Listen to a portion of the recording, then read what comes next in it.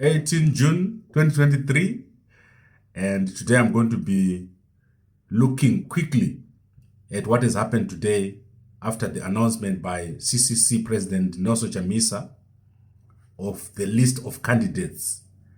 And this was a very strange announcement because it's barely 3 days to nomination, and Nelson Chamisa refused to give the final list of candidates, especially for parliament, that are going to be representing the CCC.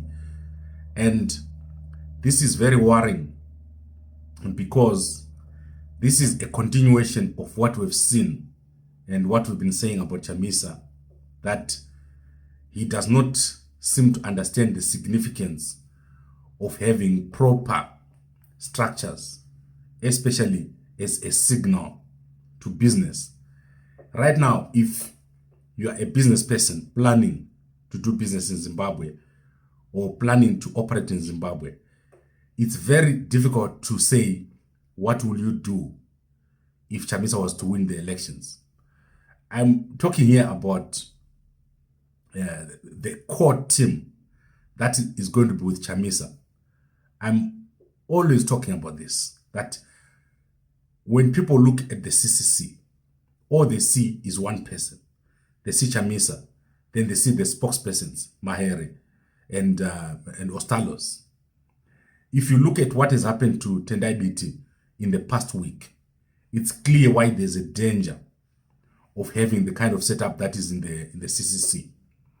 Because at any moment, any of the top people who were leaders in the old MDC alliance can be removed or can be replaced or can be, their position is not stable. I'm talking here about people like Thokozani Kupe, Washman Ngube, Tedebit himself, Job Scala. Those people, they were quite firm in their positions. But right now, as you speak, they're not there at the top. Scala is in jail. Washman Ngube, I don't know what is the status of Washman Ngube in the CCC. Tendai, he's been embarrassed in the past week with his fight with Markham. They did not reserve a seat for him. If you look at Thokozani Kupe, she has been put in Country Park as a candidate there against a very, very strong ZANU-PF candidate, Professor Mthuli Ncube. She's most likely to have a very difficult time in Country Park. It's not the usual candidate that you have. And we'll see what Chamisa will do there, whether he's going to go and campaign on her behalf. She has done a lot of work during the by-elections to campaign for Chamisa.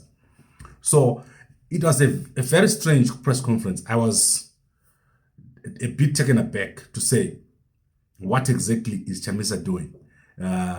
If you look, he says he's doing this so that ZANU-PF cannot harass these candidates. There's no way you can talk of harassment 3 days from nomination. ZEC has already told everybody that they're going to be having nomination. So in 3 days' time, you're going to be having those candidates that have been accepted on behalf of the party, who have submitted their papers on behalf of the CCC. So I find Chamisa's approach to be very worrying. I know that if he was to win the election, he's going to have a similar problem. The creation of a team, a core team, that is one of the biggest problems that Chamisa has got. He's not decisive enough. He thinks too much about what ZANU-PF thinks or what ZANU-PF is going to do. And this is going to be the biggest problem for Chamisa. He needs to be more assertive when confronting ZANU-PF, and at the moment he's more reactive. He's thinking, let me do this thing to outmaneuver ZANU-PF, or let me do that thing to outmaneuver ZANU-PF.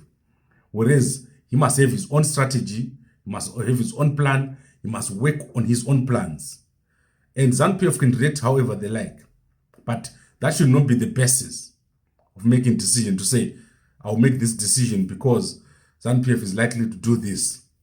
And I think if I was ZANU-PF, I would be less and less worried about what Chamisa is going to do, whether he's going to win the elections or not. I also want to look at specifically what I said about business. I think Chamisa's approach is not friendly to business at all.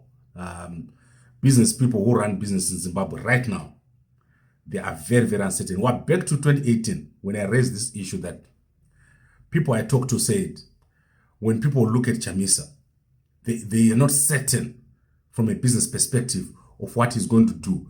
When he gets into office, what is the economic environment going to be like? Because he seems to be very uncertain in his decisions. He seems to wait for a long time to make decisions. He doesn't seem to have a forward-looking strategy of what he's going to do, and he does not clearly communicate. So the uncertainty, many people who are in business, they don't like uncertainty. And this is where Chamisa is. He's creating a lot of uncertainty for business. And I'm sure it's also other stakeholders. They are left baffled. What is Chamisa going to do next?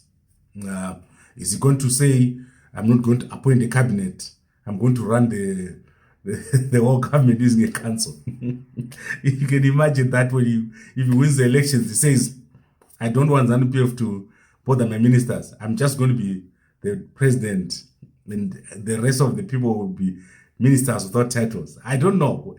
This is why I'm saying something has to be done here in terms of how Chamisa makes decisions. And also, politics of Zimbabwe. It's politics of rewarding each other. People work for Chamisa for so long, and at the end of the day, they just get dumped, like what is happening to Tendai Biti now. You cannot talk of deploying Tendai Biti. Tendai Biti is a core of the CCC from the MDC Alliance days. Soon after the elections, when the election results were announced, Tendai Biti was at the forefront of confronting that election result. And what is happening to him now? What is happening to Washman Ngube? What is happening to Job Scala? Those things they indicate that there are problems in the way in which Chamisa treats his former friends. I think the only person who has been treated well is Thokozani Kupe. But people, everyone else who was surrounding Dr. Thokozani Kupe has been thrown out. No one has benefited at all from coming back into the CCC. If I was Chamisa, right now, I will have mapped my whole government. That is the legislature, the people that I'm going to make judges, the people that I'm going to be putting in the key strategic institutions of the country. That's where I will be now. I'll be mapping it to say, these are the people that I'm going to appoint. And currently, the team that Chamisa has got as MPs, very, very weak team. There's been no change in that team. Harare, totally disappointing. Everybody that is in that list, that is going to contest on behalf of the CCC, they have been a part of the CCC, MDC for the past 10 years. Look at someone like Maurice Zuzai. That guy has been there in the same constituency for years. Right, so those are my opinions on the CCC candidates. Let's see what happens on the nomination. I'm just surprised at the approach that Chamisa uses. I do not think this is optimal at all. And I'm not saying it's not good for him. He can do what he likes. It's his political party. But these are my opinions. This is my fair advice to Chamisa will be, change the way you approach team building. This is a country here we're talking about. You cannot run a country like the way he's running it now, like a church, where the pastor says everything and everything goes well. If Chamisa was to win the elections under the conditions that we have now, he's going to struggle to keep this government together, to bring growth, to change all the things that you think that he can bring about. You need a strong core team, and that building of a core team is currently not there. Chamisa is trying to build some broad-based thing which doesn't have a team at the top. You need an executive-like team there. And the time of saying we can operate without structures is over. If you are going to win the elections, you now need that core team at the top. And currently, Chamisa doesn't have it. Today has been very, very disappointing. And I want to see what happens when they finally throw in their nomination papers. Let's see what is going to happen, who they're going to have at the top. We now need to see who's the vice president, who is the whatever key positions there in the CCC, who is going to take key roles in the government. We need to see it forming. And as I said, very interesting to see that Fadzame Here secured a seat. Ostalos is a candidate. Coupe is a candidate. It is not yet confirmed. But basically, what we have is a CCC that is not yet there. It's not yet convincing. I'm not convinced yet that Chamisa can lead a government. He can lead an opposition party, but Chamisa has not convinced me that he can lead a government successfully, because it's a big task and you can't do the task the way that he's doing it now. The way he's been announcing things and trying to be mysterious, that is not going to work. People, especially business, they need structure. They need consistency. Remember, we're always talking about policy consistency. They don't want someone who operates in a mysterious manner. And this is where we need to go, especially if the CCC is going to be taken seriously. Thank you very much for watching. And I'll try to come back almost daily now. We've got the elections coming in less than 60 days, or almost 60 days. So let's do this. Let's keep the analysis going and let's talk about what is happening. I'll be having more guests, and you're welcome to approach me if you want to be a guest and talk to me. Good night, and see you again very, very soon.